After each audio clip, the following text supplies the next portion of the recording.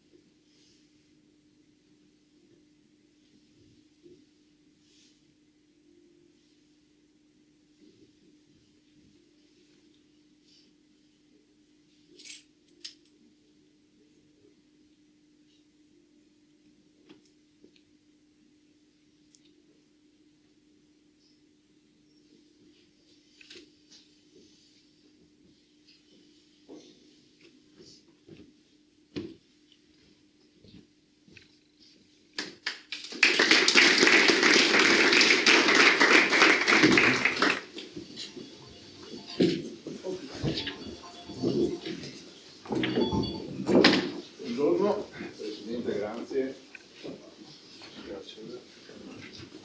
Buongiorno a tutte e a tutti, benvenute e benvenuti. Grazie Presidente per la parola. In qualità di ospitante la provincia di Padova e con la nuova sede appunto di ANCI Veneto, porto il saluto del Presidente della provincia di Padova, nonché Sindaco di Padova Sergio Roldani, il quale si scusa per altri impegni in questo momento non può essere presente, ma ci raggiungerà verso le ore 12. Quindi ho l'onore, sono il segretario generale della provincia e del comune di Padova, ho l'onore di accogliere, il piacere di accogliere in questa sede, di augurarvi un inizio di convegno nella massima, come dire, con il massimo approfondimento che meritano i temi nuovissimi a cui tutti ci stiamo accingendo ad analizzare e studiare, e naturalmente il mio augurio, che è quello del Presidente della provincia, e benvenuto, è quello di mettere a frutto questo momento nel migliore dei modi. Grazie per la vostra presenza e buon lavoro. Prego Presidente.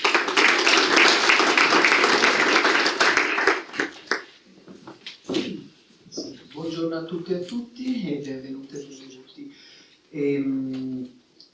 Avremo una mattinata, spero, proficua rispetto ai temi che stanno interessando i comuni. Siamo nel periodo della finanziaria, ma non solo, perché direi che qui a livello regionale abbiamo delle riforme importanti che attendiamo, e penso che nella giornata di oggi sarebbe anche importante un po' capire in che stato siamo rispetto ai diversi territori, rispetto all'approfondimento del tema della costituzione in forma giuridica degli ambiti territoriali e sociali, perché eravamo rimasti mesi addietro che era importante, poiché abbiamo un'importante scadenza elettorale nel 2024, in qualche modo iniziare, permettere ai territori e ai comuni di iniziare, di lasciare un lavoro iniziato. Su questo credo che ci sarà il massimo impegno del Presidente, della Vicepresidente e anche Elisa Venturini, che tra l'altro è in Consiglio regionale, rispetto a portare queste istanze, se anche oggi venisse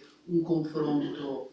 Sappiamo che siamo più concentrati sul tema degli emendamenti e di quello che andrà a toccare rispetto ai bilanci, però anche questo credo sia un tema importante, è importante sentire anche un po' il vostro parere. Quindi siamo qui tutti insieme per fare squadra e per portare il massimo ai nostri territori, ai nostri comuni, sapendo che non è un periodo dal punto di vista economico, della politica estera, di tutti gli impatti che poi hanno rispetto ai nostri servizi, non è certamente un periodo facile, quindi è importante che insieme ci confrontiamo e proviamo a portare delle soluzioni.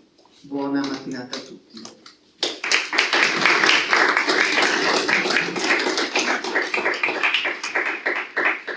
Buongiorno a tutti, mi associo nel portare il saluto a tutti voi e nel rivolgervi anche un ringraziamento per la partecipazione, perché questo è il sale della democrazia e anche il fatto di ritrovarci come associazione dall'idea che, a prescindere dai colori politici, abbiamo voglia di far valere quelle che sono le nostre istanze da un punto di vista istituzionale e far valere quelli che sono gli interessi dei nostri territori. Guardate, i comuni sono sempre stati degli interlocutori nei confronti del governo centrale, ma questo dall'unità d'Italia, no? Si parlava all'epoca già dell'unità d'Italia, della formazione delle regioni, ma si dovrà attendere il 1970 per le regioni a statuto ordinario. I comuni invece fin dall'inizio sono degli interlocutori. E tra le questioni, la questione fondamentale è sempre stata quella finanziaria. Noi ce la ritroviamo, e l'abbiamo visto Maria Rosa in tutti questi anni, come la questione economica, finanziaria dei comuni diventa fondamentale. Allora, quando noi facciamo le nostre rivendicazioni o poniamo delle questioni, non è per contrapposizione nei confronti dello Stato, ma è proprio per rappresentare quelle che sono le nostre istanze e le nostre necessità. È chiaro che lo Stato centrale ha una visione, noi abbiamo una visione territoriale legata alla nostra dimensione locale. E allora, il sale della nostra attività, dell'attività dell'ACE è proprio questo, quello di ritrovarci, e anche oggi per noi è un momento importante, perché questa è un'assemblea regionale dove ci si ritrova nelle varie province, oggi con appunto le necessità e le istanze dei nostri territori, per cercare di fare sintesi. E lo facciamo portando le istanze che dopo il nostro Presidente avrà modo, attraverso anche la relazione, di far presente, e inizierà poi l'interlocuzione a livello nazionale e tramite la nostra associazione e nei confronti del governo. Non solo il nostro interlocutore è lo Stato, ma sono anche gli altri enti, anche la Regione, come si accennava prima. Ci sono delle riforme interessanti che sono in atto da un punto di vista della riorganizzazione istituzionale, da un punto di vista sociale. Solo per darvi così un input, si parlava degli ATS, i sindaci da tempo stanno dicendo c'è la necessità quanto prima di arrivare ad una riorganizzazione, se questo è l'indirizzo, perché c'è una legge che impone di muoverci in questa direzione. Allora adesso la Regione è impegnata nella sessione di bilancio, quindi fino alla fine dell'anno si è impegnati sul fronte di arrivare a chiuderlo in modo tale da partire col nuovo anno avendo un bilancio predisposto. Dopodiché da gennaio si inizierà anche con gli ATS, quindi voglio dire, non si aspetterà di arrivare magari alle elezioni europee, ma si partirà prima. Questa è un po' l'indicazione anche da parte dell'assessore. Quindi sarà un momento di confronto dove anche lì, portate in aula, le varie istanze di ANCI verranno portate, cosa già fatta nei vari momenti di incontro, ma anche nella sede dell'aula regionale. Con questo massima disponibilità come sempre, perché chi vive l'ANCI, chi vive l'associazione, sa che cosa significa anche cercare di fare squadra, di fare massa critica nel rappresentare il nostro territorio, i nostri enti. Quindi grazie veramente di cuore a tutti coloro che si spendono, anche a livello di consulte, che partecipano, che danno il loro apporto e il loro contributo per il bene delle nostre comunità. Grazie di cuore.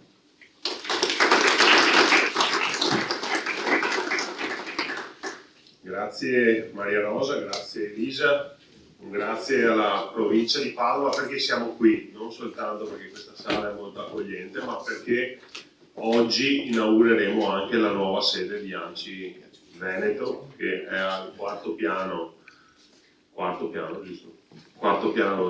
della sede della provincia. Ringrazio per la disponibilità alla struttura provinciale, ringrazio il Presidente della provincia Sergio Giordani, ringrazio anche il Comune di Silvazzano. Si interrompe un rapporto che è durato tanti anni, non si è chiuso benissimo, nel senso che noi abbiamo cercato davvero in tutti i modi di evitare qualsiasi tipo di azione legale contro il Comune di Silvazzano, però credetemi, nonostante tutti i nostri tentativi non c'è stato modo alternativo per definire una questione che è paradossale, e anche perché come direttivo abbiamo messo anche al centro un tema che era quello della tutela dei nostri dipendenti, che ormai erano arrivati a lavorare in condizioni inaccettabili, e quindi mi sento anche un po' di scusarmi con i collaboratori di ANCI perché insomma li abbiamo fatti aspettare tanto fiduciosi di arrivare ad un accordo. L'accordo prevede o me la vendi o me la compri, cioè non è che ci siano tante sfumature, ma il comune di Selvazzano ha detto non te la vendo e non te la compro, e quindi essendo in comproprietà siamo rimasti paralizzati su una situazione di stallo che noi riteniamo inaccettabile per tutta una serie di motivi, in primis per le condizioni di lavoro che, se voi andate a vedere, avevamo le finestre rattoppate con lo scotch, cioè in condizioni assolutamente inaccettabili. Abbiamo cercato in tutti i modi, attraverso le vie bonarie, di arrivare a un punto di incontro che mettesse d'accordo tutti. C'è stata anche una presa di posizione in questa direzione da parte del comune, che ha anche approvato in consiglio comunale l'acquisizione della villa, che non si è più concretizzata fino a quando addirittura hanno tolto dalle loro operazioni l'acquisizione. Cioè, se tutto questo ovviamente lo venivamo a sapere il giorno dopo dai giornali, una cosa pazzesca. Comunque adesso purtroppo siamo in mano di legali e speriamo che si definisca presto questa vicenda, ma per la serenità di Anci da una parte e del comune di Selvazzano, cioè nulla contro il comune di Selvazzano. Un po' di confusione nella gestione della sede, francamente devo riconoscerlo, però adesso c'è il commissario, quindi capite che se prima era difficile adesso è quasi impossibile, quindi attendiamo fiduciosi. Detto questo, però, oggi siamo qui siamo tra l'altro reduci dall'Assemblea Nazionale di Anci, dove i temi sono stati snocciolati per 3 giorni con grande attenzione, con grande approfondimento. Mi piace sottolineare che questa deve essere un'associazione trasversale e, tra virgolette, politica ma apolitica, nel senso che noi non ci sono governi amici, governi nemici, ci sono governi che devono dare risposte agli amministratori locali. Perché? Perché l'amministratore locale, quando chiede risorse, riforme, modifiche delle leggi, lo fa per la propria comunità, non lo fa per interessi diretti, personali, elettorali. Quando ci vengono trasferite delle risorse, sono risorse che vengono destinate ai servizi per i nostri cittadini, agli investimenti, alle infrastrutture, nulla che ha a che vedere con la politica nel vero senso della parola. E quindi se un governo, che magari in questo caso, nel mio caso, può essere più amico, mi dà risposte, saremo amicissimi, ma se non dà risposte io continuerò ad essere critico, l'ho fatto prima e continuerò a farlo adesso. Devo dire che ci sono, ovviamente, anche grazie a tanti colleghi che si sono messi a disposizione in questo periodo, dei canali di dialogo importanti. Parlo anche per quanto riguarda Anci Nazionale, che ovviamente al confronto col governo ci va quotidianamente con tutti i ministeri, però poi ognuno in base alla propria appartenenza politica sta dando degli spunti, delle opportunità di dialogo, non ultima quella col ministro Giorgetti, che ha perfettamente capito quelle che sono le drammatiche difficoltà da un punto di vista bilancistico che i comuni veneti nel nostro caso stiamo vivendo. Considerate che se noi siamo in difficoltà non vi lascio immaginare nel resto dell'Italia, fermo restando che in questa fase, qui consentitemi un po' di rammarico, i comuni di sesto finanziario, oltre ad essere esenti da tagli, sono anche sostenuti finanziariamente. Quindi se c'è qualcuno che è becco e anche bastonato, nel caso specifico sono i comuni veneti, colpevoli di essere con i conti in ordine da sempre. Io mi sono permesso anche di ribadirlo in occasione di alcuni appuntamenti che abbiamo fatto anche con gli altri presidenti ANCI. Se noi abbiamo i conti in ordine, cioè il 100% dei comuni veneti hanno i conti in ordine, è anche una questione culturale che parte da lontano. Per arrivare a avere i conti in ordine oggi vuol dire che nel tempo ci siamo abituati ad amministrare bene, a gestire bene le risorse, a non spendere e espandere quando magari in altri anni ne avremmo anche avuto la possibilità. Insomma, qui non abbiamo mai speso un euro di più di quello che dovevamo spendere. E oggi chiedere a questi comuni che sono arrivati a questo livello di performance, cioè vuol dire un punto di equilibrio tra la gestione dei costi e la gestione dei servizi, chiedere sacrifici nel momento in cui abbiamo i conti in ordine, vuol dire o ci costringe ad alzare le tasse o ci costringe a tagliare i servizi, perché qui non c'è margine per poter tagliare ancora gli sprechi.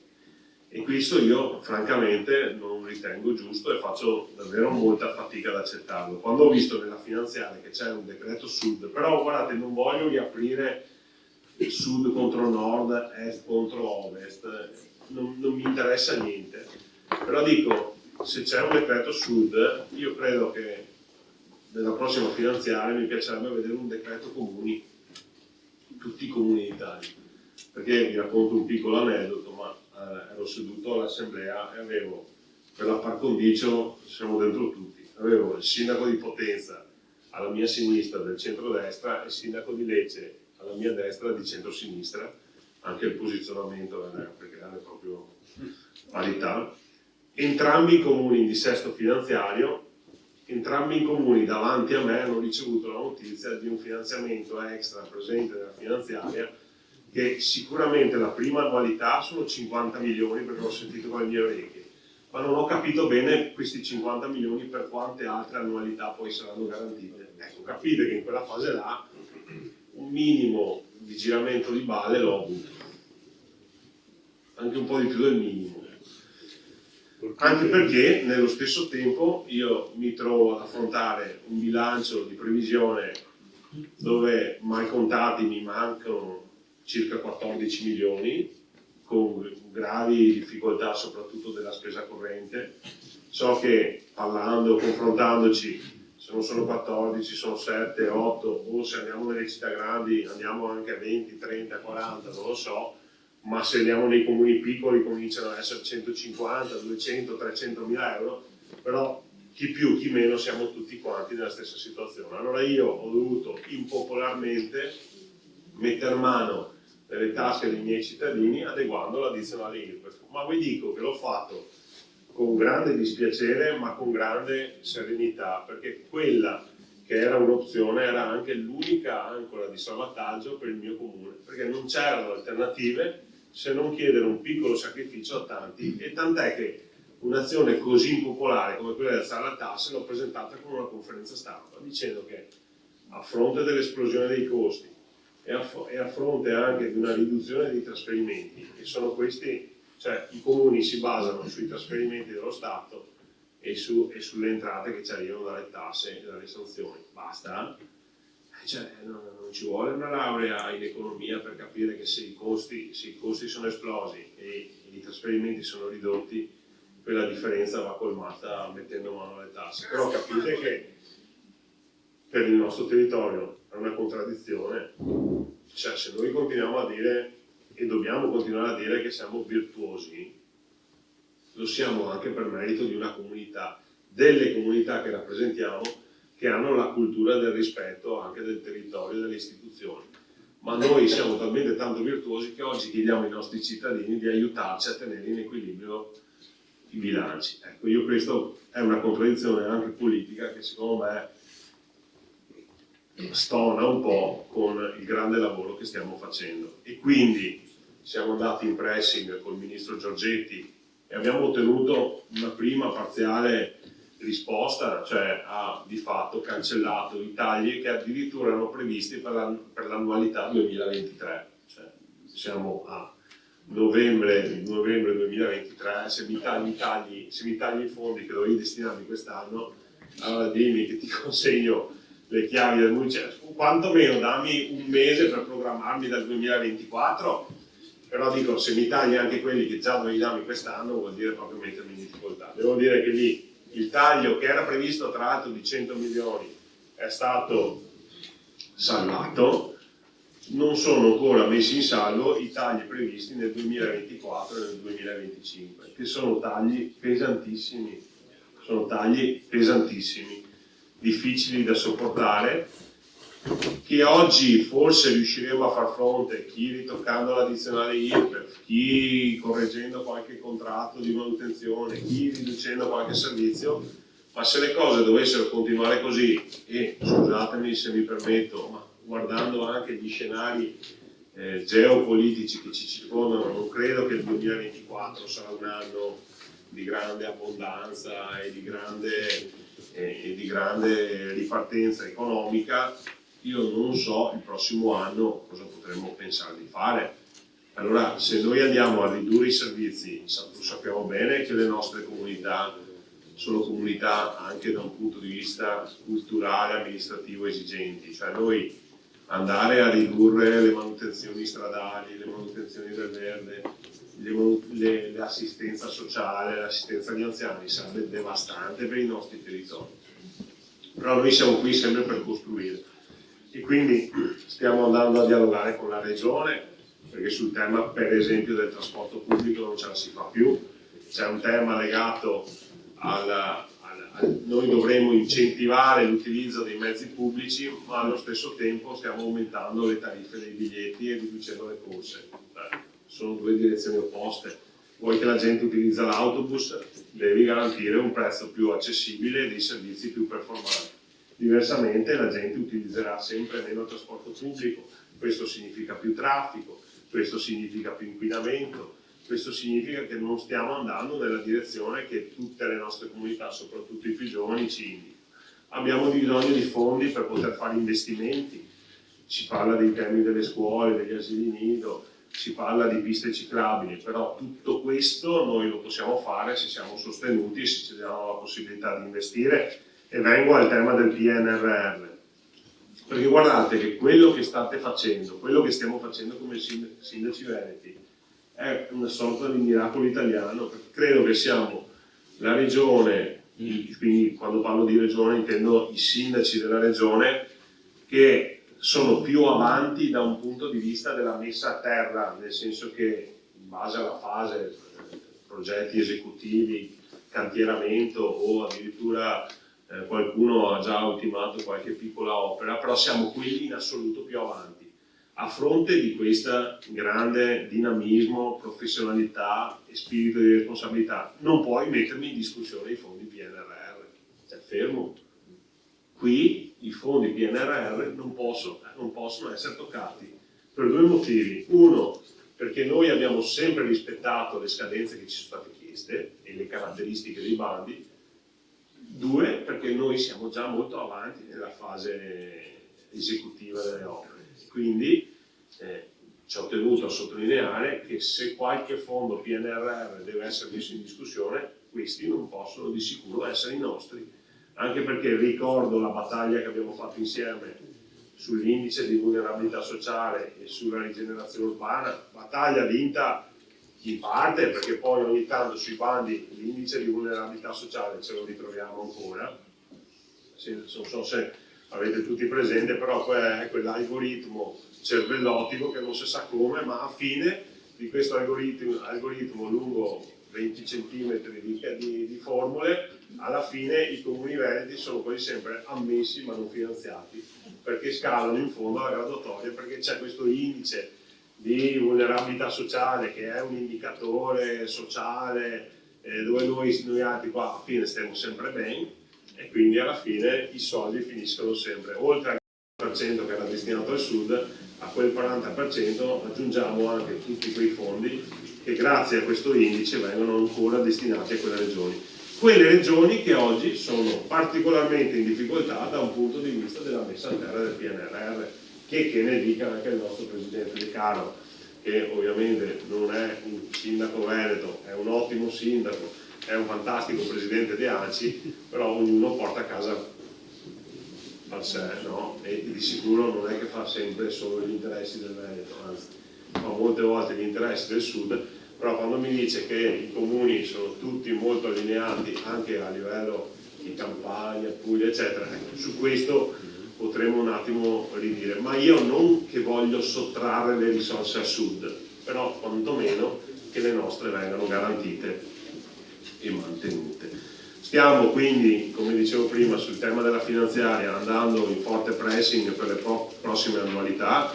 Qui ho visto che c'è anche Stefano Marcon in rappresentanza di UPI, devo dire che ANCI e UPI su questo tema si muovono sempre in modo assolutamente condiviso e in totale sintonia, perché dovessero sottrarci delle risorse, capite che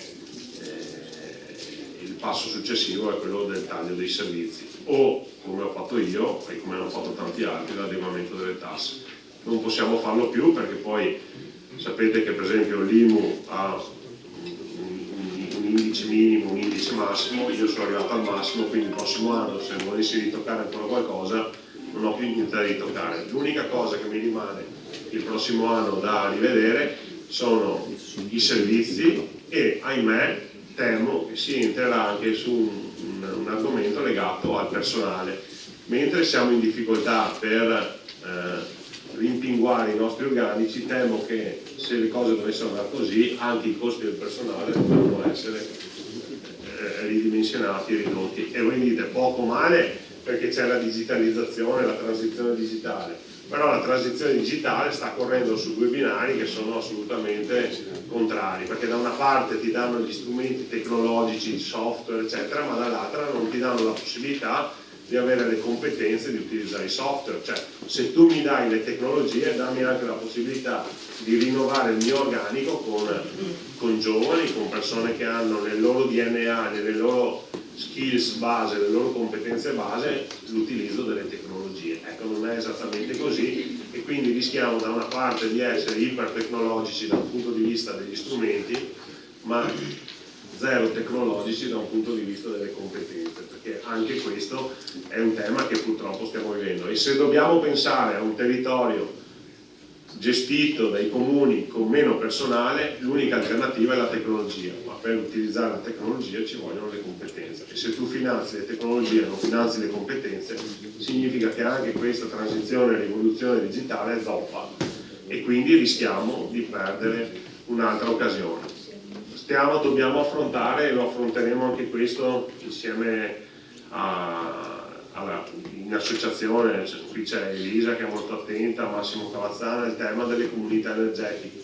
I nostri bilanci sono in difficoltà perché sono esplosi i costi di energia elettrica, è da 2 anni che parliamo di comunità energetiche, sottolineo parliamo perché abbiamo solo parlato, abbiamo fatto convegni con tutti, GSE, Regal Grid, con tutti, ma alla fine i decreti attuativi li stiamo ancora aspettando. Forse domani, per i Boete sono già arrivate.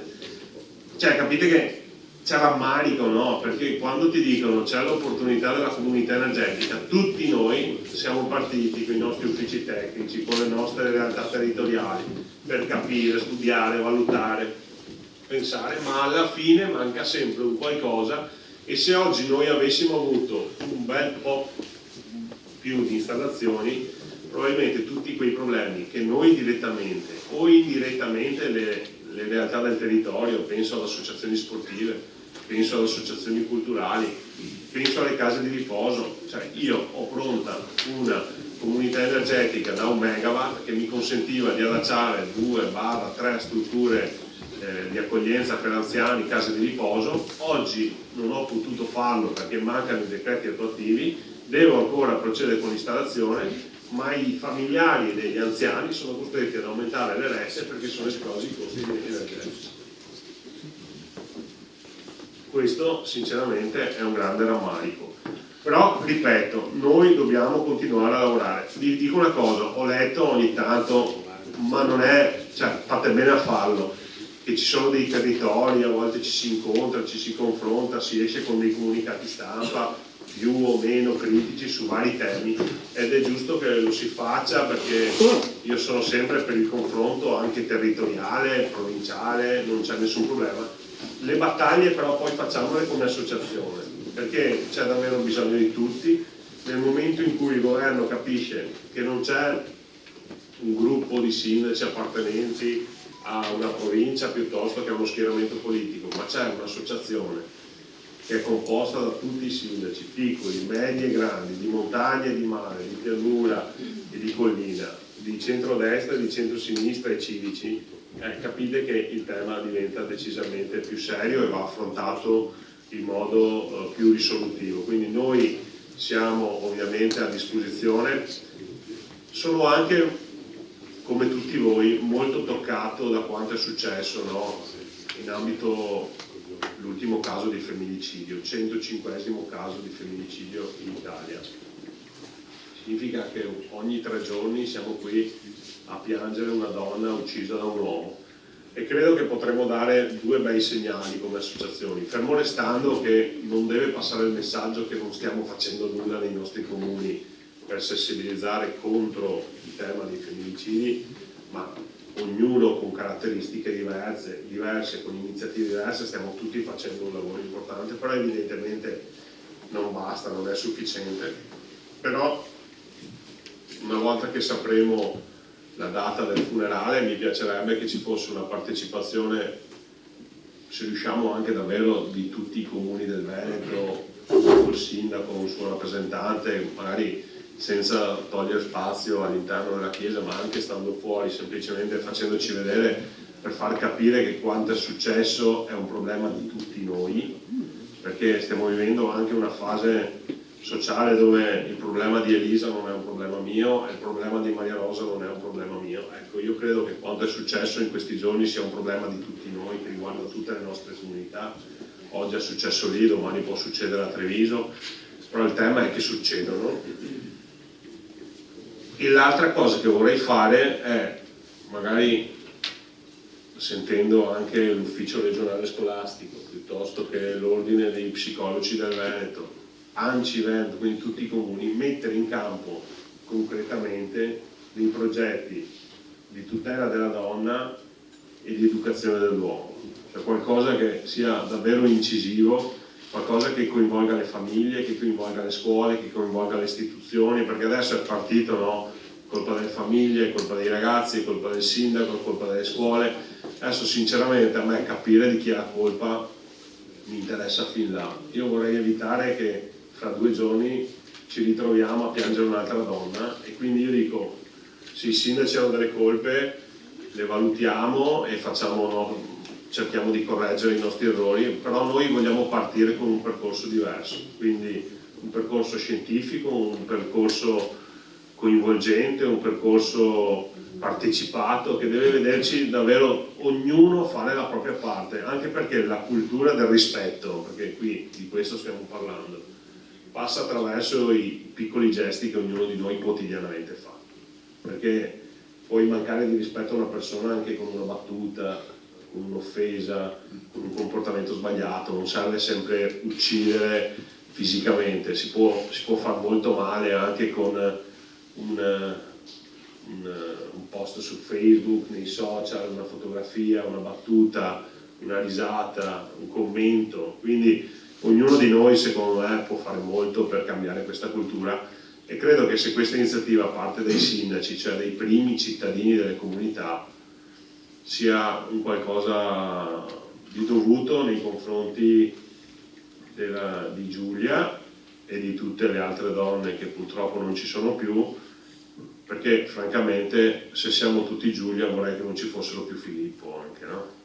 Perché ieri in piazza dicevano io sono Giulia, però quanti Filippo ci sono ancora nel mondo? Ecco, allora io vorrei lavorare su quei Filippo per evitare che succedano ancora episodi come quelli che abbiamo visto, che ci toccano in modo particolare, vuoi per la vicinanza territoriale, vuoi per l'età delle persone, vuoi per le modalità, perché sfido chiunque.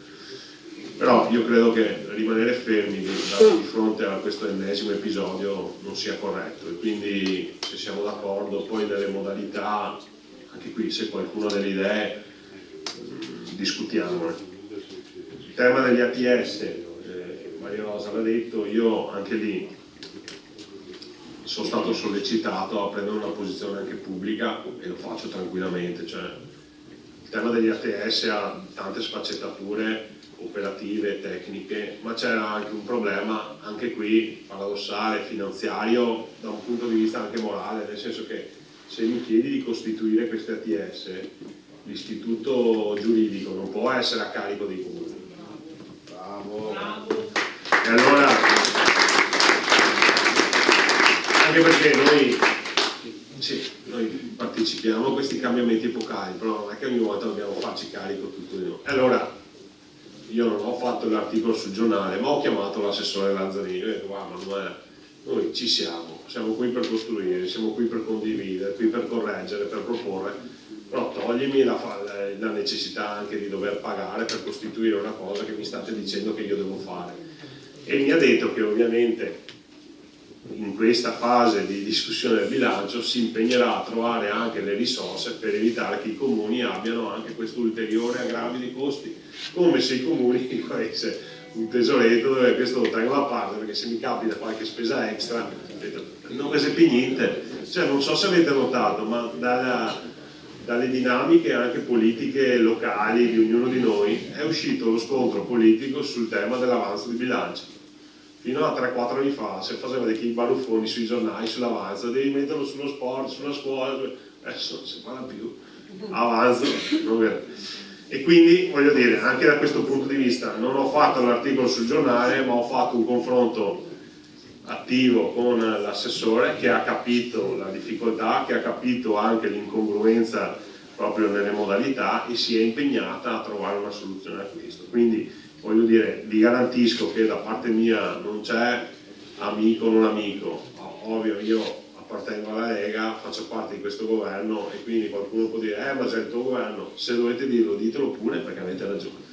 Però è altrettanto vero che io quando devo portare delle istanze prendo il ministro di turno, il sottosegretario o i nostri rappresentanti di tutti gli schieramenti che mi contattano e gli dico le cose come stanno chiaramente, perché ricordiamoci che il nostro partito di riferimento rimangono sempre e solo le nostre comunità. Ha ragione De Caro, noi l'unica cosa di cui dobbiamo aver paura non è il segretario del partito che te chiama perché sei uscito con... sono i cittadini.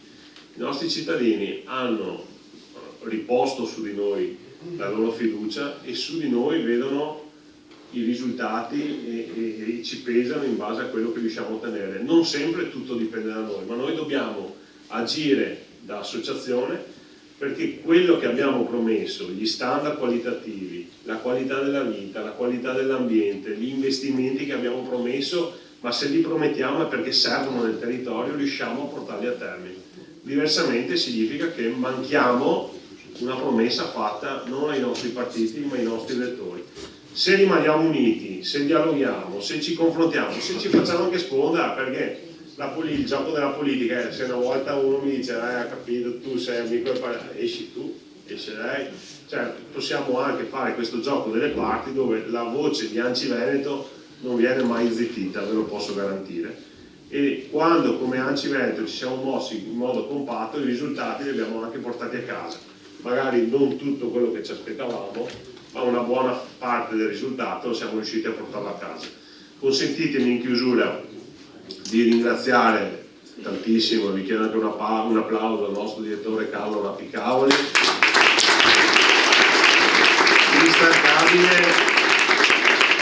instancabile produttore di risposte ai nostri quotidiani notturni quesiti.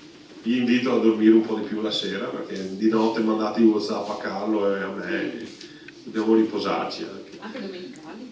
Ringrazio Enzo Muoio, ringrazio ovviamente la Mara e tutto il personale di ANCI che ci sostiene.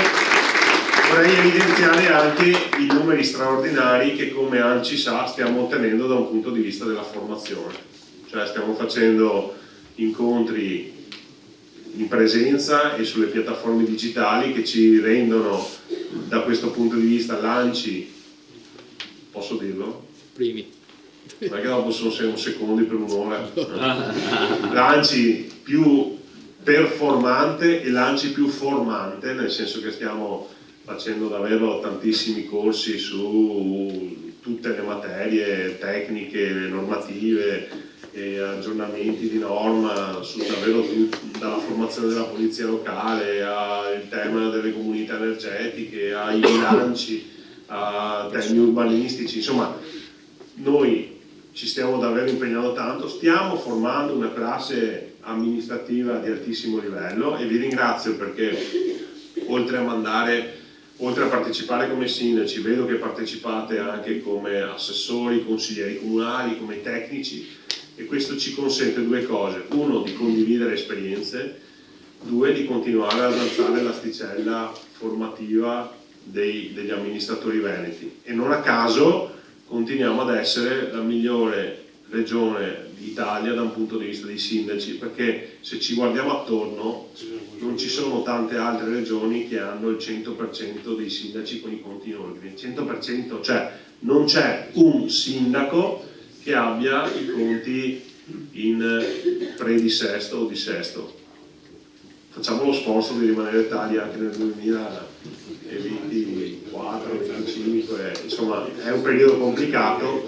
Se ci sono delle difficoltà particolari condividiamole, affrontiamole insieme, perché insieme riusciremo a trovare anche le soluzioni, o condividendo delle soluzioni che sono state messe in campo nei nostri comuni, o andando a rompere le balle a chi di dovere. Quindi io vi ringrazio anche per la presenza numerosa, vi ringrazio anche per la presenza numerosa a Genova, tranne la provincia di Belluno che vedeva un solo rappresentante, Uno.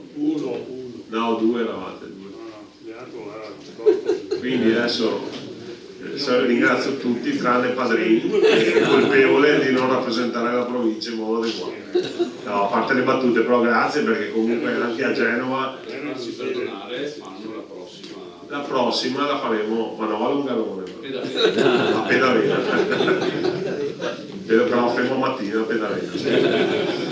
No, io vi ringrazio davvero tanto, siamo ovviamente a disposizione. Adesso lascio la parola a Carlo che vi dà delle informazioni tecniche e poi vorrei sentire anche la vostra voce, insomma, se ci sono esigenze, dubbi, perplessità. Io ovviamente ho tralasciato tutti gli aspetti, quelli che ci ripetiamo costantemente, dai segretari comunali ai dipendenti. Quelle sono battaglie che noi continuiamo a fare costantemente, però è inutile che continuiamo a ripetercele in ogni occasione di incontro, ogni occasione di confronto. Però sapete che sono temi che stiamo portando avanti. Grazie e complimenti per il grande lavoro che state facendo. Complimenti perché ogni volta che vado in giro per l'Italia, quando mi parlano di uno o dei sindaci veneti, me ne parlano sempre in modo straordinario. Questo è un marchio di qualità che non possiamo in alcun modo cedere a nessuno. Dobbiamo tenercelo noi e per tenerlo dobbiamo lavorare sodo, quotidianamente, e abbiamo anche la possibilità di essere affiatati e condivisivi. Quindi chi ha buone pratiche le condivida, perché così possono diventare virali. Grazie di cuore a tutti.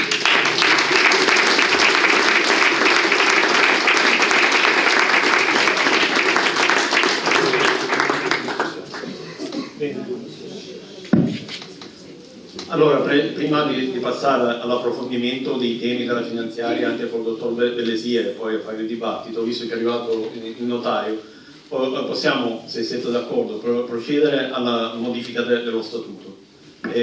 All'ingresso vi è stato dato un cartoncino che attesta il diritto di voto per chi partecipa e chi quindi fa parte dell'associazione. Molto brevemente, poi se avete delle richieste specifiche che chiedete pure. Allora, la modifica dello statuto che portiamo oggi non è altro che un adeguamento dello statuto di ANCI Veneto a quello di ANCI Nazionale. Sono delle modifiche che ci sono state richieste appositamente da Roma. Il nostro statuto era precedente alla modifica dello statuto di ANCI Nazionale, quindi c'erano delle modifiche necessarie da apportare. Al di là della modifica della sede, insomma, perché lo statuto vigente diceva espressamente che c'era la sede a Servazzano, invece adesso abbiamo messo nel comune di Padova. Le questioni principali riguardano soprattutto l'assemblea congressuale, che era una parte del nostro statuto che non era prevista. Cioè noi avevamo un organo che è quello dell'assemblea, dove insomma erano previste le competenze per il nome degli organi, però un ruolo importante, per questo lo facciamo adesso, dell'assemblea congressuale è quello di nominare i delegati per l'assemblea nazionale per il rinnovo degli organi. Ci è stato chiesto di adeguare lo statuto perché, come sapete, il Presidente De Carlo è in scadenza e quindi la prossima assemblea, anche quella nazionale, sarà un'assemblea congressuale per il rinnovo di tutti gli organi di ANCI nazionale. Perché tutto possa svolgersi anche a livello nazionale con regolarità, è stato chiesto a tutte le ANCI regionali di modificare la parte relativa all'assemblea congressuale e alle modalità con cui si svolge questa assemblea, con un articolo che sarebbe l'articolo 6 bis della bozza di statuto modificato che vi è stato inviato insieme alla convocazione, che quindi insomma avete già avuto modo di vedere, con cui viene prevista specificamente la modalità di svolgimento dell'assemblea congressuale. Per il resto sono delle modifiche solo formali su cui io non mi soffermerei più di tanto, a meno che non avete delle richieste specifiche sul testo che vi è stato inviato. Se non ce ne sono, il notario si oppone.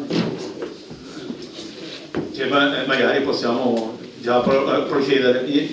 Signor notario, possiamo procedere a una votazione poi complessiva su tutto il testo, direi, no? Sì, possiamo procedere direttamente alla votazione, nel senso che è stata già verificata la presenza. Grazie. È stata già verificata la presenza del numero sufficiente per la validità la costituzione della regolarità dell'Assemblea. La verifica delle deleghe è stata già fatta a cura dell'associazione.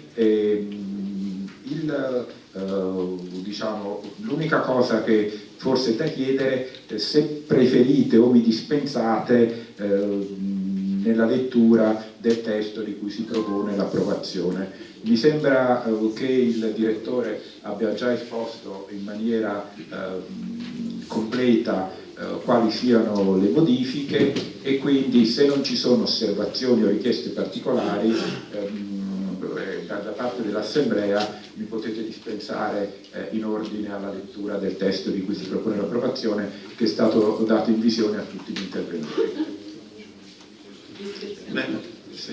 C'è qualche richiesta di intervento? Sì, no, Sì. buongiorno Prego. direttore, buongiorno Presidente.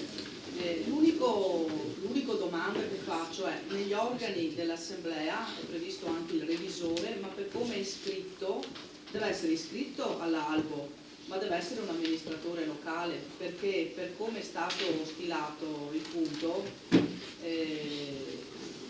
gli organi dell'Assemblea ANCI, cioè gli organi dell'ANCI, sono costituiti da amministratori locali. Poiché il revisore è un organo, deve essere iscritto all'albo, ma allora a questo punto deve essere anche un amministratore locale. È implicito questo, per come è stato, diciamo, stilato. Ecco, solo, per me non c'è nessun problema che sia amministratore che revisore, dico solo che di solito il revisore prescinde dalla sua qualifica. Tutto qua, è solo... Sì. Grazie. No, in realtà, se posso, direttore, noi abbiamo l'articolo 4 bis che, come indicava la signora, indica che possono essere eletti negli organi sociali purché gli enti di appartenenza non siano le condizioni coloro che ricoprono le seguenti cariche. Nelle cariche indicate nell'articolo 4 bis non c'è il revisore, che invece è indicato nell'articolo 5. E quindi, volendo diciamo, dare un senso, oltre al fatto che c'è una disposizione di legge che, come notava la signora, non consente al revisore di essere diciamo, facente parte degli enti di appartenenza, quindi noi possiamo dare una lettura che del resto viene data sempre in questi casi per la non applicabilità all'intero articolo 5 dell'articolo 4 bis, dove sono indicati i requisiti per l'elezione. Sì, grazie dottore, avrei dato la stessa risposta. Perfetto, grazie. Grazie direttore. Prego. Possiamo, chiedo scusa signora, lei preferisce che venga messo a verbale il suo intervento, come preferisce? No, io ho premesso semplicemente che dalla lettura... No, è stata molto utile, è stata molto utile. Ho piena fiducia di noi, ecco, in generale. Grazie, quindi se non c'è una richiesta specifica, diciamo semplicemente che è stato chiarito il contenuto dell'articolo 4 bis e dell'articolo 5 dello Statuto. Vediamo. Una cosa tecnica molto semplice, Sì. ho già visto la risposta ma chiedo conferma. Nell'articolo 3 la sede locale, la sede dell'associazione, siccome è un'associazione o è previsto nell'atto costitutivo o nel testo o nello statuto, ma ai sensi dell'articolo 21 del testo unico del terzo settore dovrebbe essere prevista un'indicazione ben definita dell'indirizzo che dà via. Chiaro che è scritto nella provincia e grazie per l'ospitalità, è bellissimo, però magari credo che sia corretto indicare per comunicazioni che come l'altra volta fosse indicato la via e l'indirizzo preciso. È una domanda, magari... Sì. Nel corso del verbale, infatti, del testo di cui si propone l'approvazione, l'indirizzo c'è. Si pensava di evitarlo è una giusta osservazione, chiedo scusa sempre direttore se mi permette, è una giusta osservazione. Infatti nel testo diciamo, di cui si propone l'approvazione, di cui velocemente volevo dare lettura, è proprio questo, cioè il testo di cui si propone l'approvazione al seguente contenuto: di approvare un nuovo testo di statuto modificato contenente tra l'altro il trasferimento della sede del Comune di Padova, di stabilire che l'indirizzo della sede dell'associazione è in Padova, mi hanno detto presso il centro direzionale della Cittadella, piazzetta Virgilio Bardella 2, terza torre, quarto piano, mi hanno detto. Se questo della cosa. Quindi nel testo di cui si propone l'approvazione, anche se non è indicato nello statuto, c'è un indirizzo preciso, perché è necessario avere un indirizzo preciso. Non mi basta questo, perché avevo visto solo lo statuto e che avevo... Grazie a lei, grazie. Questo è l'indirizzo preciso, anche perché se semplicemente dovesse ricevere una comunicazione, chiaramente ci deve essere un indirizzo a cui rivolgersi. Quindi la ringrazio. Allora, il testo di deliberazione contiene anche l'autorizzazione per tutti gli enti, uffici pubblici e privati, banche, istituti di credito, persone fisiche e giuridiche a volturare eventuali beni e soprattutto contratti, leasing, polizze e documenti in ditta l'associazione con sede nel Comune di Padova. L'indirizzo è quello che mi hanno dato e che mi è stato adesso confermato, a semplice esibizione del presente atto. Allora noi possiamo procedere alla votazione. È bene che prima indichiamo se ci sono voti contrari,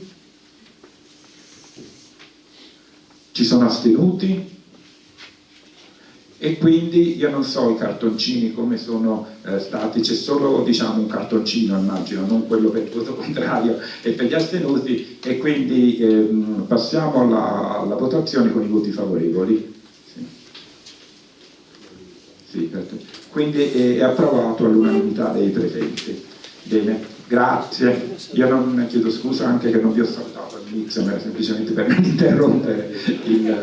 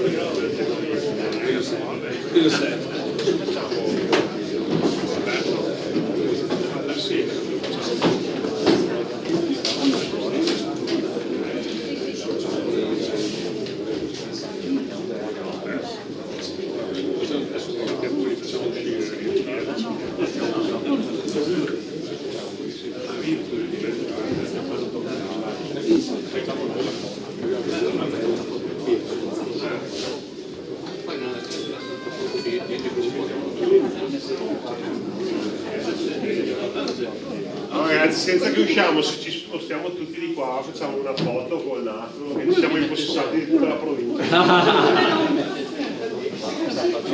Ok, allora, basta che vi alzate, ci mettiamo lì. Senza far spostare tutto. La foto l'ho fatta tutto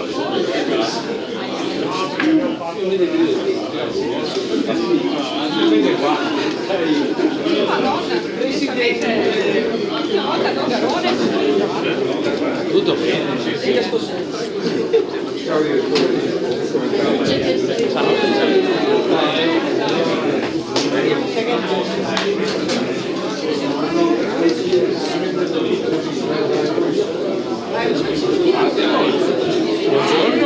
Buongiorno, come sta? Alla grande. Vedo dietro il sindaco di Belluno. Vedo dietro la colonna. Vedete qua?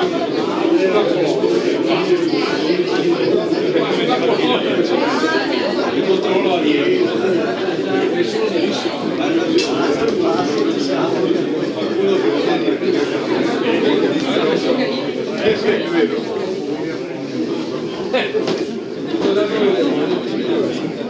Ci siamo?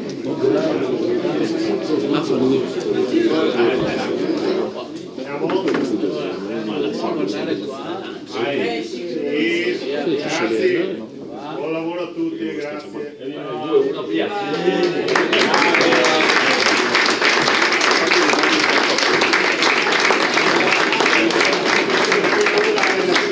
provincia di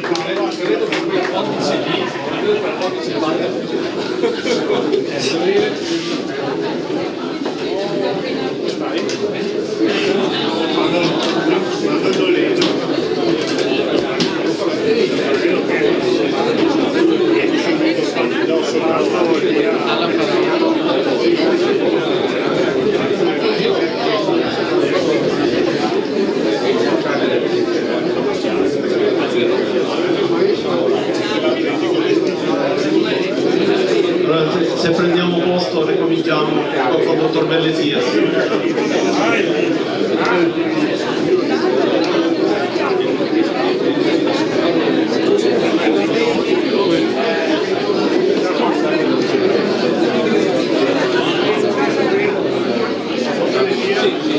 Dottor Bellesia, prendiamo posto per favore.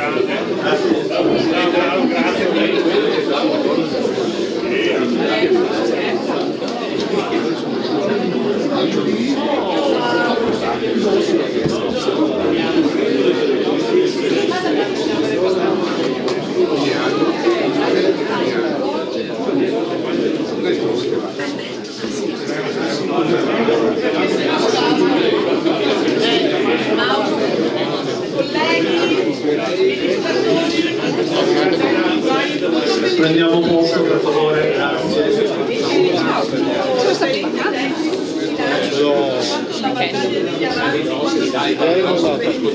Era pieno di gente, c'erano tutte le persone.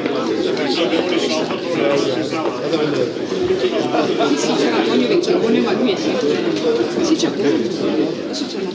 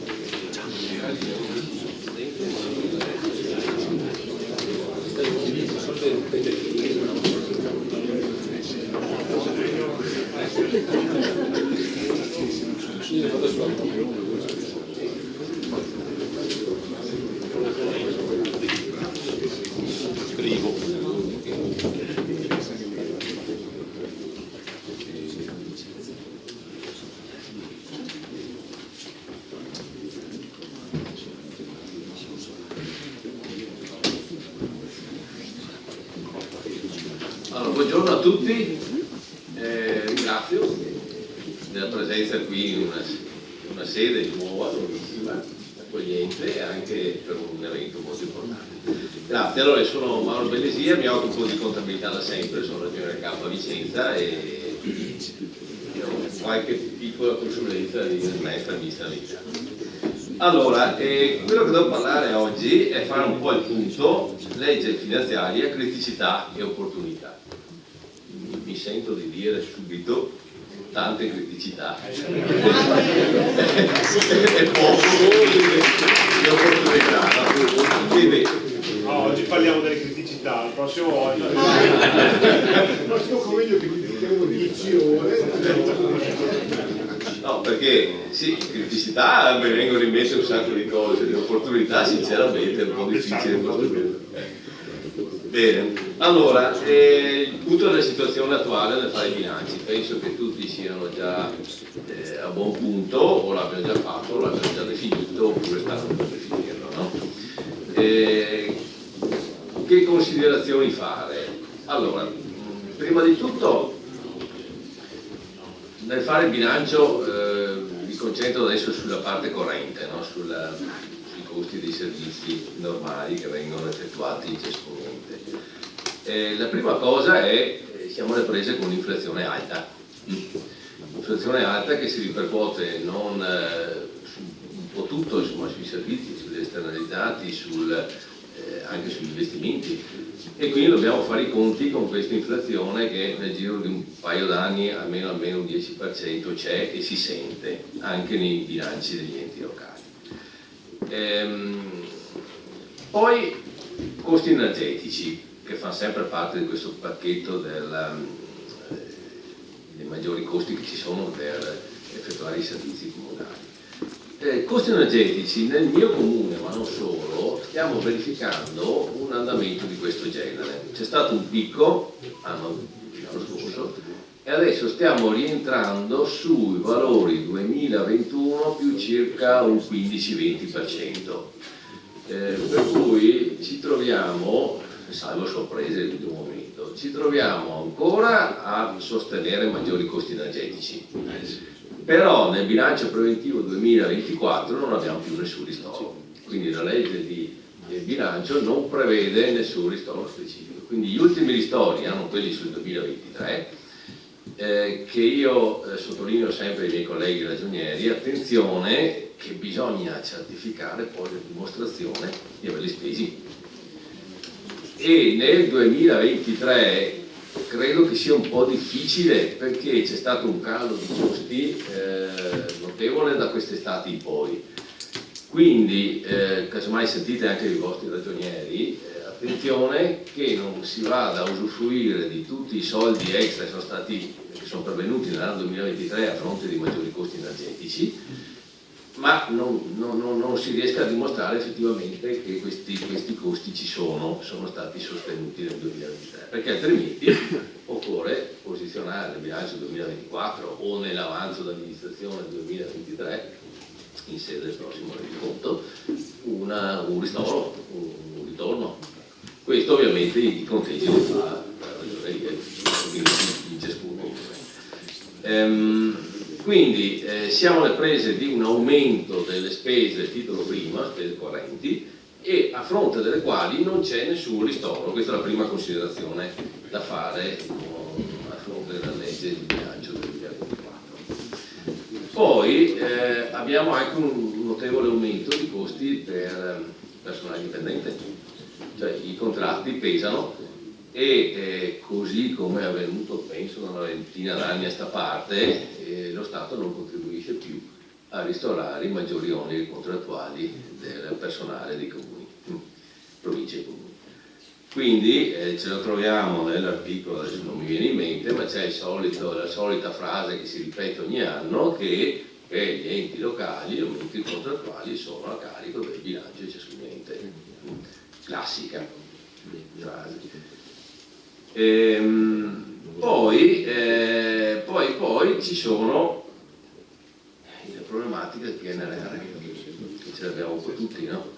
Aumento dei costi a livello inflattivo, si ripercuote anche un aumento dei dei costi per realizzare questi investimenti e non tutti hanno risorse fresche, avanzi d'amministrazione oppure altri quattrini per far fronte a questo aumento di spesa per portare a termine i famosi milestone e target del PNRR nei singoli investimenti che sono stati assegnati a ciascun ente, no? Io aggiungerei anche un'altra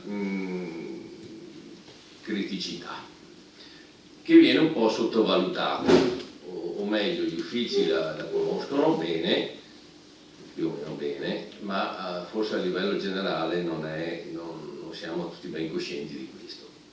Il fondo di solidarietà comunale. Questo è quel famoso fondo che una volta si chiamavano trasferimenti erariali. Adesso viene alimentato dai cittadini che pagano l'IMU con l'F24, tutti i quattrini vanno all'Agenzia delle Entrate, l'Agenzia delle Entrate ristora i singoli comuni, ma non per tutto, si trattiene una bella fetta. Questa bella fetta va suddivisa a tutti i comuni con criteri perequativi che si porta dietro da riforma Stemmati, metà del secolo scorso. Quindi quei criteri non siamo mai, ricordo che con l'Appicavoli abbiamo fatto tante di quelle battaglie eccetera, ma mai siamo stati in grado di riuscire a fare una breccia su questa ripartizione. La ripartizione che attenzione ci penalizza, ci penalizza noi tutti i comuni del Veneto, e lo sappiamo bene anche con l'ex presidente. Quindi quando nella legge di bilancio vediamo che si ripropone con una maggior fetta, con una maggiore incisività questa perequazione, ecco che io mi spavento sempre, perché dico qui siamo sempre un po' più penalizzati dell'anno prima, che è quello che avverrà di sicuro anche quest'anno. Ma attenzione, c'è un'altra considerazione da fare sul fondo di solidarietà comunale, che da 2-3 anni si sono inventati un criterio diverso dai soliti perequativi. Legge di bilancio di 2 anni fa, per la prima volta ha detto attenzione che di questo fondo solidarietà comunale una fetta è destinata al settore sociale. Legge di bilancio dopo, un'altra fetta è destinata agli asili nido e trasporto scolastico. E adesso si aggiunge sempre qualcosa in più. Una legge di bilancio ha previsto anche un riordino, un accorpamento in un unico fondo. Ma attenzione, è una fetta, il fondo di solidarietà comunale, cioè soldi che già ci spettano, che va indirizzato a dei criteri obiettivi specifici. Che vuol dire che gli uffici hanno un adempimento in più di verificare se ci sono ad esempio 8 assistenti sociali per abitante, che è uno dei criteri, no? Perché se non si riesce a certificare che si sono raggiunti gli obiettivi medi degli asili nido, del trasporto scolastico, degli assistenti sociali per abitante, quei soldi si devono dare indietro. Si danno indietro, ma si danno indietro di sicuro, perché ce li tolgono dalla nuova assegnazione del fondo di solidarietà. Quindi non dobbiamo neanche restituirli noi, ci vengono tolti ab origine. Quindi è, secondo me, un po' un'assurdità, nel senso che dei soldi che già abbiamo li dobbiamo spendere con criteri nuovi, altrimenti i soldi che già abbiamo non sono più soldi nostri. Non è che sia, cioè, almeno il fondo di solidarietà comunale era nato come redistribuzione dell'IMU, allora mettiamo in discussione tutto, no? Tra l'altro di tutto il pacchetto dell'IMU, cioè tutto quello che pagano i cittadini, una fetta se la tiene lo Stato, i famosi fabbricati da DI. Questa è un'imposta comunale e una parte di questo gettito ricama la bilancia dello Stato. A quale titolo? Non è mai stato scritto da nessuna parte. In tutte le norme dell'IMU non c'è mai stato scritto che lo Stato ha diritto di incamerarsi una parte di questi soldi, perché è un'imposta comunale, non è un'imposta statale. Quindi è abnorme anche questo aspetto, no? Ecco, volevo dirvi, noi qui dal Veneto continuiamo ad essere penalizzati da questa ridistribuzione del fondo di solidarietà, anche perché, e vi dico l'ultima cosa, poi chiudo la parentesi sul fondo, perché se siamo penalizzati come fondo di solidarietà vuol dire che siamo penalizzati anche come entrate correnti, perché è una bella fetta di entrate correnti, no? Titolo secondo e terzo. E attenzione che la nostra capacità assunzionale del personale si basa dove? Sulle entrate correnti, quindi posso dirlo vecchi e basta. Quindi attenzione, ecco, sono considerazioni che nascono da molto tempo, però Aurelio Guarapicava mi ha fatto tanti quelle riunioni, si è andati anche al Ministero, ma non c'è stato verso, e soprattutto quei criteri sulle assunzioni del personale ci pesano e come. Cioè, una volta c'erano dei bellissimi criteri, nel senso che si misurava che la presenza di vigili urbani, no? Sul numero di cittadini. Cioè, c'è una risorsa che dobbiamo mettere nel territorio per fare quello che devono fare, è chiaro che l'indicatore per eccellenza qual è? Quante vigili ci sono sul numero di abitanti, no? Sparito perché si è andati verso un criterio che è diverso della capacità assunzionale data da quanti soldi pigli, ma senza distinguere quelli propri da quelli che arrivano da altri, quindi è un po' un'ingiustizia per noi. Quindi mi sento dovere dirlo e sottolinearlo, e credo che molti di noi lo considerano una cosa normale, standard purtroppo.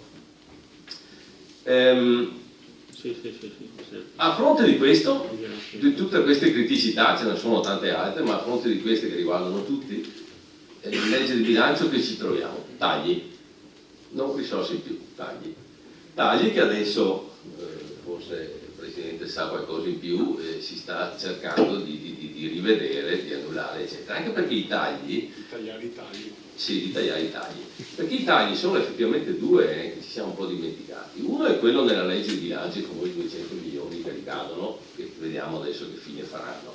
Questi nuovi, ma ce ne sono 150 milioni di vecchi decisi con la manovra 2021, mi pare, cioè già fatto, che ricadono, sapete quei tagli che sono decisi ma hanno un effetto a distanza, no?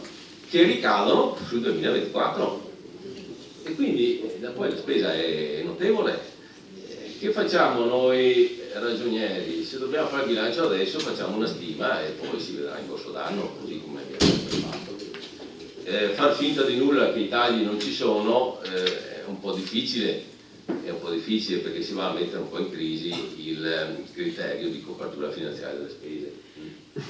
Cioè, o a meno che qualche ente abbia già nel proprio bilancio delle spese che può individuare come una tantum eventualmente comprimibili nel caso in cui vengano definiti dei tagli un po' diversi dalle previsioni che si possono fare adesso, ma effettivamente il principio è che le entrate ripetitive devono bastare per far fronte a coprire finanziariamente tutti i costi, tutte le spese che si ripetono ogni anno, no?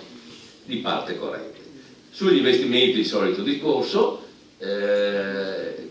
Non ci sono più i limiti del patto di stabilità, per fortuna, però i limiti del fare investimenti sono così della sopportabilità del bilancio in termini di oneri ridotti. Questo è il classico, ormai è quello il limite che abbiamo davanti nel fare la programmazione, no?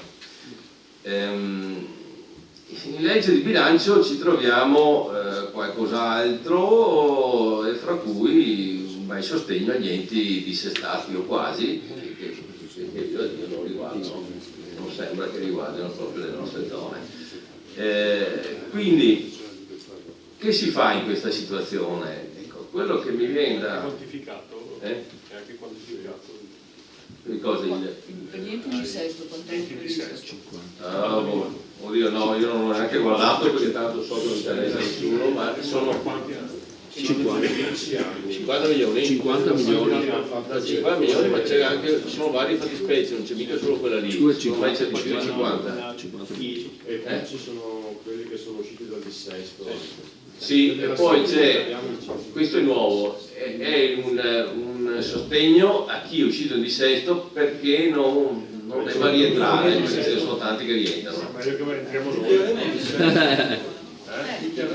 Facciamo un corso per diventare dissestari. È un problema, sì, perché gli oneri del dissesto vanno a carico di tutti, cioè di quelli che non sono dissestati. Questo lo sappiamo bene. Allora, due considerazioni. Che si fa in questa situazione? Beh, in questa situazione, per carità, l'aumento delle tasse deve essere l'ultima spiaggia, no? Per chi può, ovviamente, cioè IMU, per chi può, per chi deve. Ma si può agire molto sul recupero di entrate, sulla lotta all'evasione, per esempio. Quindi c'è la possibilità anche con la Guardia di Finanza di fare accordi e quindi si può effettivamente, chi può, agire su questo terreno che lo faccia. Ad esempio noi abbiamo avuto una sorpresa, non so se piacevole o no, in termini finanziari sì, che non è solo per il nostro ente, il fatto dei ruoli pregressi sulle multe del codice della strada. Le rottamazioni che ci sono state negli ultimi anni, non so se erano 3 o 4, non mi ricordo più, li hanno portato effettivamente a un maggior gettito di ruoli pregressi, nel senso che molti sono stati invogliati un po' a pagare effettivamente anche le multe che erano da un po' di tempo che non pagavano, visto che lo sconto era proprio sulle sanzioni a vario titoli. Ma oltre a questo sono due le linee da seguire, recupero di entrate laddove si può e efficientamento della spesa. Efficientamento della spesa che può essere spesa diretta, efficientamento dell'utilizzo del personale, dell'utilizzo dei beni, dei servizi anche esterni, cioè rivedere i processi per fare un po' di una pettinatura di tutte quelle cose che effettivamente non sono più attuali rispetto alle vostre priorità che gestite in questo momento come sindaci, come amministrazione. Altre due cose e poi chiudo. C'è ancora una spada di Damocle che ci sta in cima alla testa e che si chiama Fondone. Ricordate, no? Il Fondone del Covid. Allora, io so che molti enti qui del Veneto non sono riusciti a spendere tutti questi soldi. Dall'ultima certificazione fatta a maggio di quest'anno, molti enti locali non sono riusciti a certificare il pieno utilizzo del fondone. Ecco, questa è una somma da restituire. Adesso stanno facendo il MEF stanno facendo una verifica complessiva, ma io penso che di sicuro per chi non ha certificato l'utilizzo pieno questo è qualcosa che andrà tolto. Non so in quante rate, perché devono ancora decidere, non si sa in quanti anni, in quante rate, eccetera.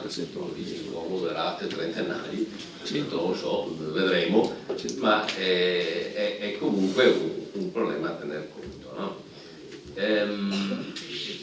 In queste novità si inserisce anche, non so quanto partecipi siete stati, del nuovo processo di formazione del bilancio preventivo, che è un famoso decreto che a noi ci ha fatto impazzire, nel senso uscito, firmato il 25 luglio, 23-25, poi in Gazzetta Ufficiale il 4 agosto, con due adempimenti belli tosti il 15 settembre.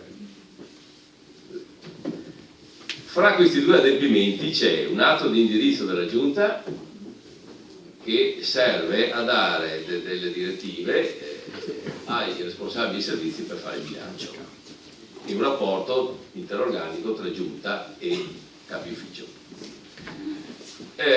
Posizioni organizzative, insomma, i vertici, insomma. Dall'altra parte c'è un bel adempimento che è stato posto sulla testa di noi ragionieri, il bilancio tecnico. noi dobbiamo fare il bilancio tecnico. Allora immaginate che sì, noi siamo dei tecnici, ma per fare un bilancio inevitabilmente fai anche il politico, no? Perché una fetta del bilancio, una grande fetta del bilancio è il compito vostro, no? Nostri amministratori. Come diavolo facciamo a fare un bilancio tecnico che contiene di sicuro anche delle scelte politiche? Il decreto lo dice, anzi prima dice la motivazione per cui ha introdotto questa novità.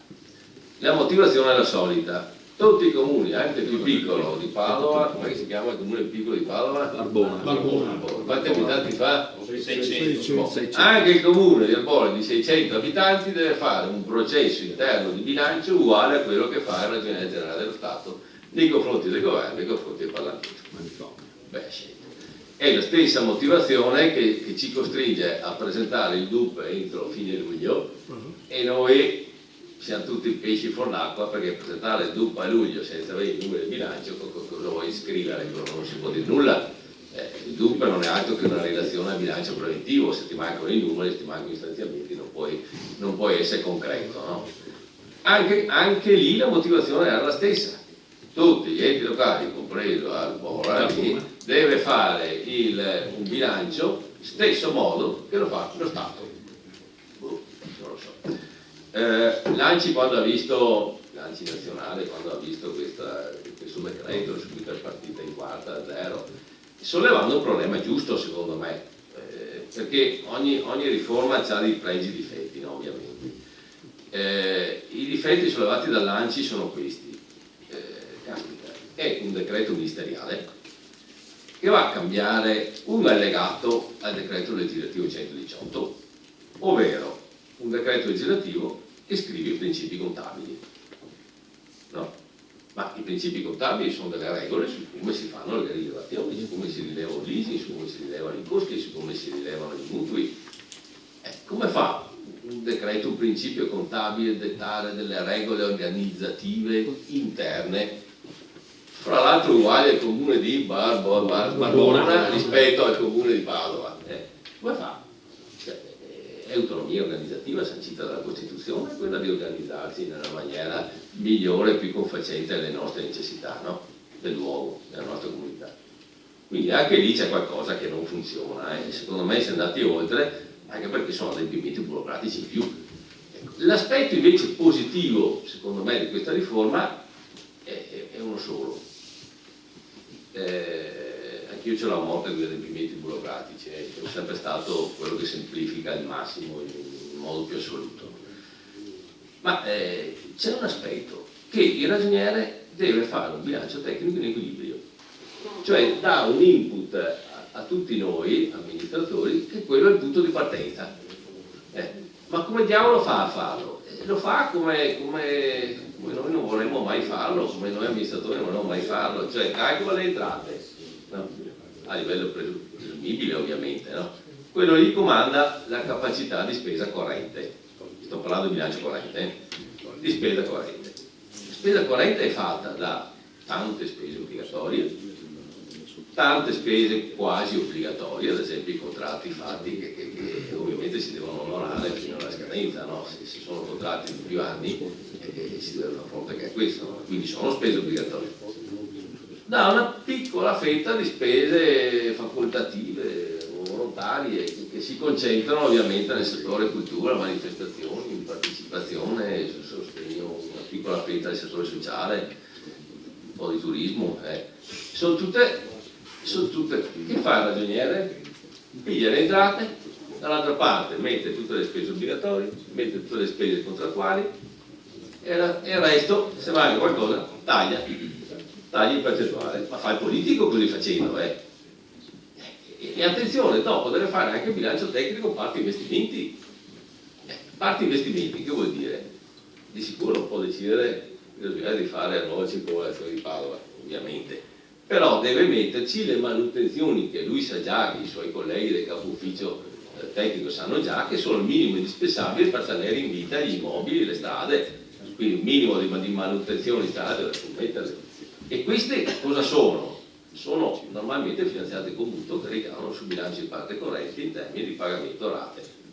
E quindi è tutto concatenato Ecco, l'unica cosa che io vedo forse positiva insomma, da questa nuova riforma è che almeno la discussione del bilancio che si fa per amministratori e funzionari la si fa su una base di partenza che è il minimo che si possa fare, cioè il bilancio tecnico.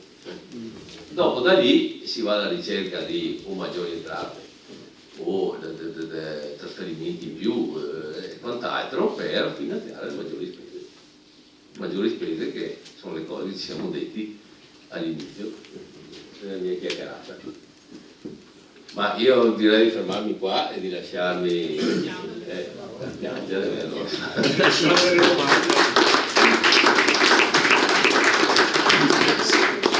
Se qualcuno vuole approfittare del dottor Belesia e del Carlo Laticavoli per fare delle domande, ci diamo altri 10 minuti e poi facciamo una bicchierata, così lo porta anche a te. Il fondo di solidarietà comunale hanno pubblicato,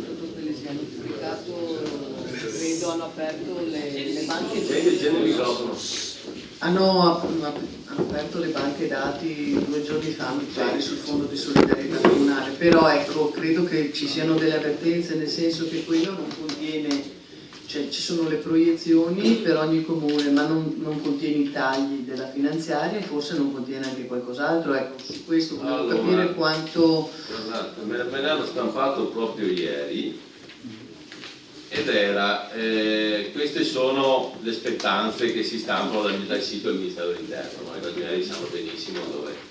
E qui l'unica novità in più che c'è è la quota di fondo di solidarietà per i servizi sociali, quindi mancano gli altri 2 pezzi, quello per l'asilo nido e per il trasporto scolastico, se non vado errato. Quindi comincia già a esserci un minimo di definizione di risorse, però per gli altri 2 bisogna attendere. Sì, però mi pare che questo, siccome la finanziaria ovviamente non è ancora stata approvata dal Parlamento, è stata presentata dal governo ma non è stata approvata, non contiene i tagli. Sì, di sicuro non contiene i tagli che abbiamo detto prima. Attenzione che ci mancano quelli, e poi quelle ulteriori disposizioni che entravano in vigore dal 2024 ne hanno tenuto conto o no? Non so. Credo di sì.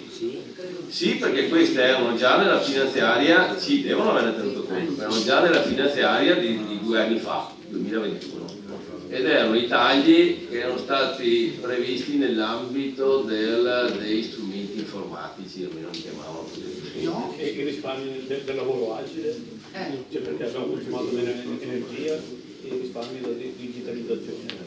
Nel 2021 i 150 milioni. I 150 milioni, esatto. Che per i 23 li hanno annullati e adesso non hanno. Allora, per il 23 sembra che ci sia un emendamento già votato, perfetto. Per il 2024 invece no. Confermato e hanno modificato il criterio, perché sono in rapporto alle spese. Quindi ci sono, se resta fermo così, ci sono i 150 milioni che pesano di quello che diceva Laticavoli adesso, più i 200 che sono in attesa di... Attenzione, il Presidente aveva fatto il comunicato che quelli del 2023 erano stati tagliati, ma se il criterio era lo stesso... Non è stato modificato il criterio. Ma il criterio vuol dire che doveva uscire un ulteriore strumento che quantificava quanto ammontavano per singoli comuni. Secondo me non è conteggiato il dentro, cioè, ho la sensazione che non sia conteggiato. La finanziaria del 2021 prevedeva dei tagli di 150 milioni per anno nel 23, 24 e 25, di cui 100 per i comuni, 50 per province e città metropolitane. E aveva messo come criterio i risparmi che le amministrazioni hanno ottenuto, visto che era il periodo Covid, con il lavoro agile, quindi la chiusura delle sedi e risparmi, e la digitalizzazione, come se digitalizzare fosse anziché un merito, una penalizzazione comunque. Dovevano fare un DPCM entro maggio 2022 per fare i riparti, ma non sono riusciti a farlo perché il meccanismo era talmente difficile. Formalmente nel 2024 cosa sono previsti? Invece con l'emendamento ho votato che ha tolto i 150 milioni per il 2023, hanno modificato anche il criterio, quindi per il 24 e per il 25 i 150 milioni, 100 per i comuni, 50 per le province, saranno calcolate in rapporto alle spese correnti, come la previsione del disegno di legge di bilancio. Quindi stando così le cose, se non viene modificato il disegno di legge di bilancio, avremo 400 milioni di taglio, di cui 300 per i comuni e 100 per le province e città metropolitane, da ripartire entro il 31 gennaio 2024 in rapporto alle spese correnti, tutto con lo stesso criterio. Solo che nei dati che hanno pubblicato 3 giorni fa non ci sono ancora questi. No, certo che non ci sono. Questo è, attenzione, era proprio questo, perché... il meccanismo è previsto dal disegno di legge di bilancio, perché una volta approvato il riparto a gennaio 2024 poi vengono ridotti i trasferimenti.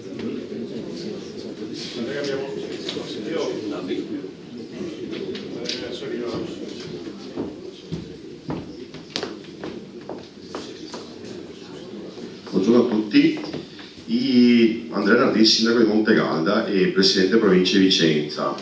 Intervengo in quanto anche nell'intervento del presidente Conte in qualche modo mi sono sentito chiamato in causa, perché come provincia di Vicenza noi, io in particolare con tutto il consiglio provinciale, ci siamo sentiti di fare un appello ai nostri parlamentari.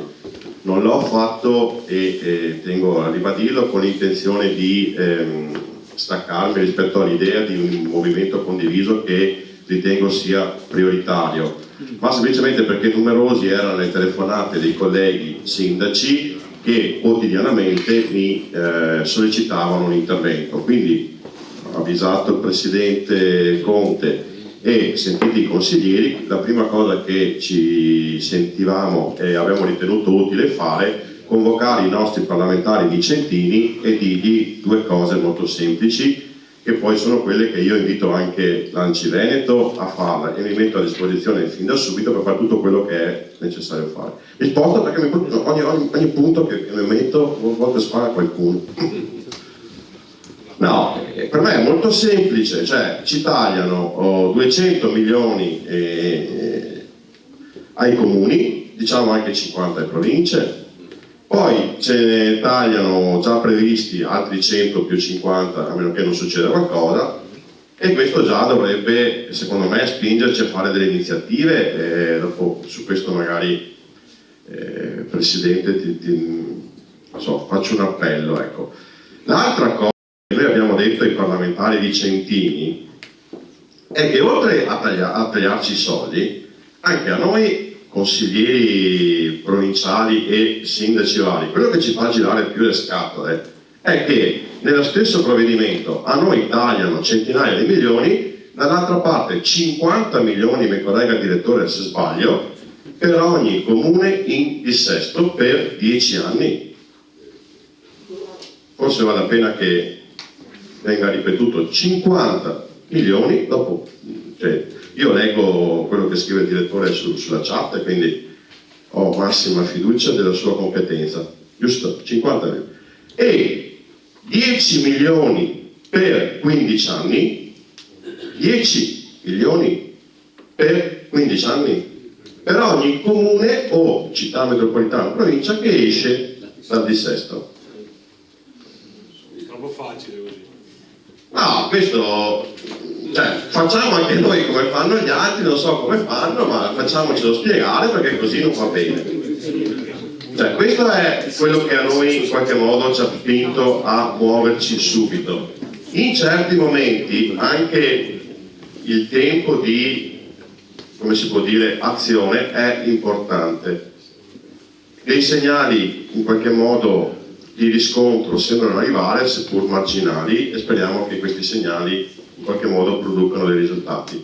Io invito, massima, come si dice, io ho altissima fiducia nell'Anci Veneto, sono felice di farne parte e vedo che sono sia a livello strutturale che politico preparatissimi.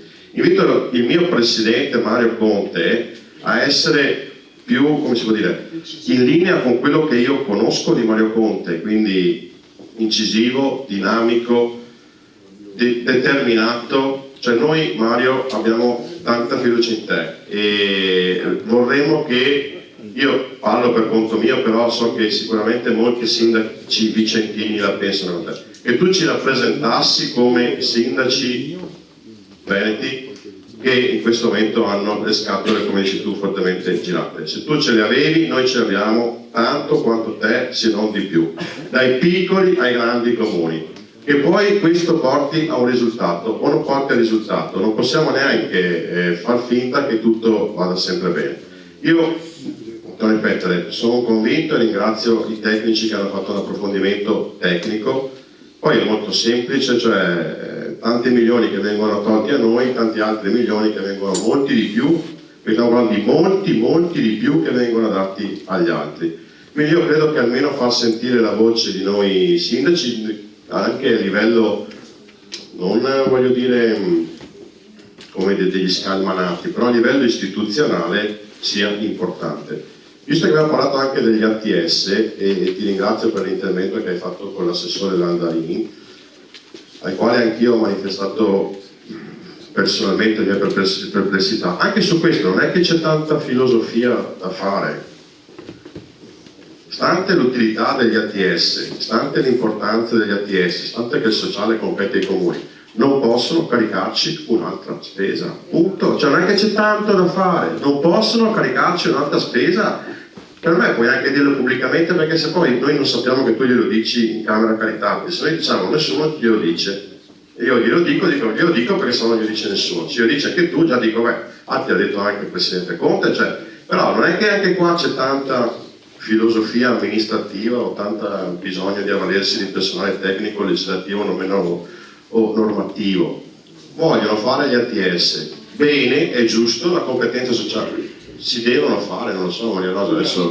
Questo l'abbiamo messo anche per iscritto, però alla ragione. No, bene, quindi io volevo anche rafforzare questa cosa qua. Per quanto riguarda la finanziaria, secondo me speriamo di riuscire a portare a casa qualcosa, e per quanto mi riguarda, se è possibile fare iniziative coordinate, ben venga, sono a disposizione. Mi spiace di essere partito un po' in anticipo, però insomma in certi momenti anche determinante secondo me la tempistica. Ti invito a essere Mario Conte. Noi ti vogliamo così, Mario. Grazie.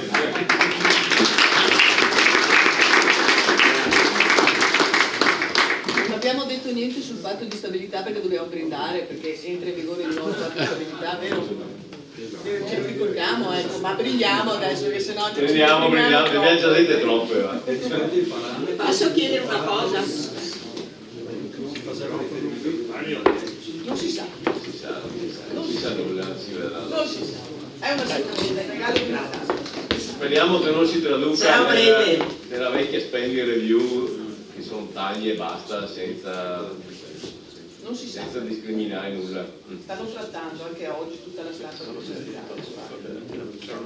Allora, buongiorno a tutti, sarò breve. Allora, due cose fondamentali. Le spending review le abbiamo già affrontate anni fa e le spese superflue le abbiamo tagliate tutte. Adesso siamo arrivati all'osso, diciamo. Tagliare adesso vuol dire tagliare servizi fondamentali ed importanti. Io sinceramente nel mio bilancio del comune non so dove tagliare. Per la prima volta sono stata costretta a utilizzare gli oneri di urbanizzazione per finanziare la manutenzione ordinaria del patrimonio. Mai fatto, mai intervenuto. O tagliavo spese nell'istruzione e cultura, oppure lasciavo perdere il verde, lasciavo le strade con le buche e così via. Non è possibile andare avanti così. Allora condivido e sostengo in pieno quello che ha detto il Presidente della provincia, cioè è ora che non si parli solo, ma si concretizzino queste proposte, perché da anni continuiamo a sostenere che i comuni del Veneto sono comuni virtuosi e come ha detto prima lei Presidente, nessun comune è in dissesto, ma alla fine noi ci diamo da fare, tagliamo di qua, razionalizziamo spese, ma alla fine siamo sempre penalizzati. Ricordo anni fa che i contributi venivano dati a chi aveva l'avanzo minore, addirittura sono stati premiati i comuni in disavanzo, ma non è una politica corretta ed equa questa, è ora di cambiare strada, di cambiare rotta.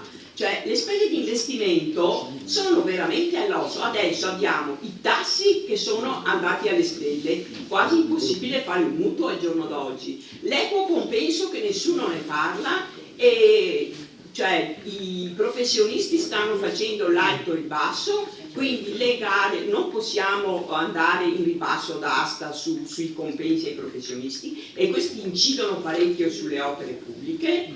Un'altra cosa cosa che volevo sottolineare, i contributi per l'edilizia scolastica, ma quel famoso ribasso d'asta, perché non lo lasciate ai comuni? Adesso io sono costretta a fare un mutuo per finanziare perché la scuola debba essere terminata, non è possibile. Lo Stato, quando ha dato il contributo del PNR, ha previsto che la spesa era 100, adesso cosa ne vuoi guadagnare anche su quei 100 che ha già impegnato, che nel bilancio non cambia nulla? Basta, io ho piena fiducia in lei perché so che è una persona determinata, però non dobbiamo limitare i nostri problemi a questa sala, dobbiamo portarli fuori i problemi ma ottenere un risultato. Grazie.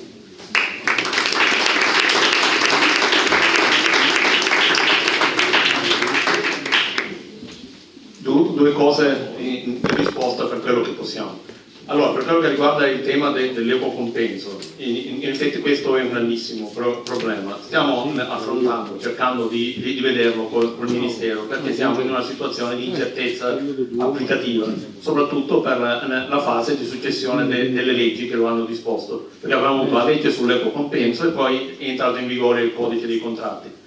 Allora c'è chi dice che visto che il codice era stato approvato prima e l'equo compenso dopo si applica la legge dell'equo compenso, altri dicono siccome il codice è entrato in vigore il 1° di luglio, quindi dopo la legge sull'equo compenso, allora non si applicherebbe alle pubbliche amministrazioni, perché nel codice dei contratti è previsto un allegato che prevede anche le gare per l'affidamento degli incarichi di progettazione.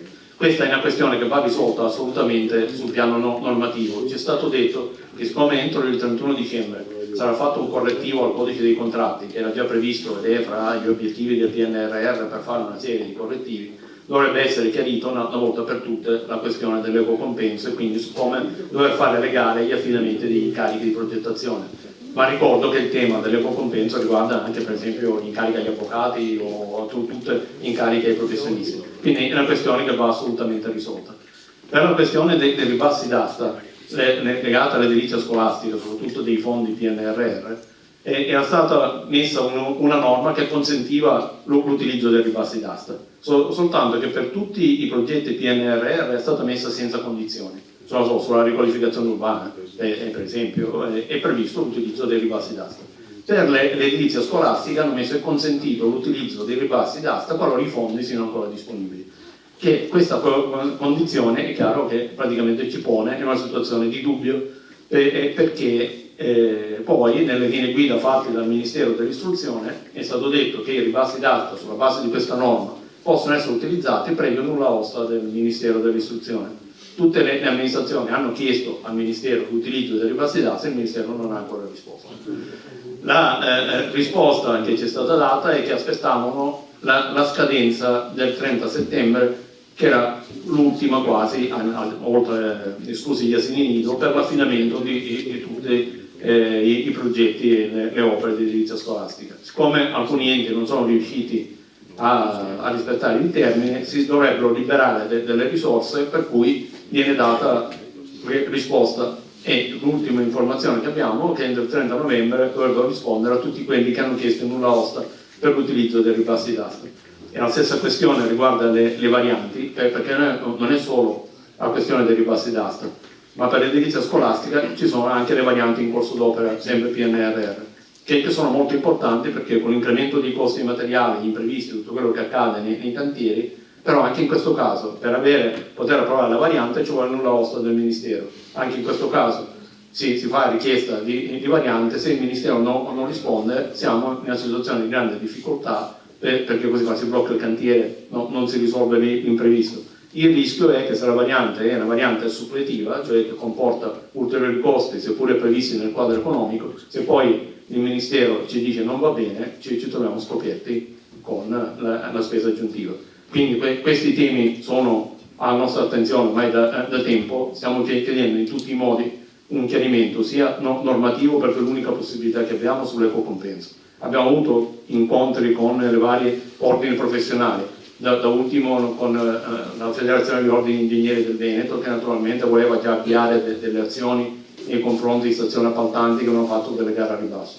Siamo riusciti fino a dicembre a dire non impugnate gli affidamenti, però contiamo che questa correttivo al codice che chiarisca una volta per tutte la questione del compenso, perché ci sta bloccando effettivamente. Mi Grazie. raccomando, attivatevi. Sì, ma lo stiamo già facendo, le garantisco. Sì. Tra l'altro c'è anche il preziario della regione Veneto. Sì, che è un altro bagno di sangue. Dai, questa è una bella notizia. Dottor Bresia, chiudi con una bella notizia. Non c'è. No, la bella notizia è che c'è il Brindisi. In attesa che arriva il sindaco Giordani, aspettiamo col diciamo. Arriva. Ragazzi, stop.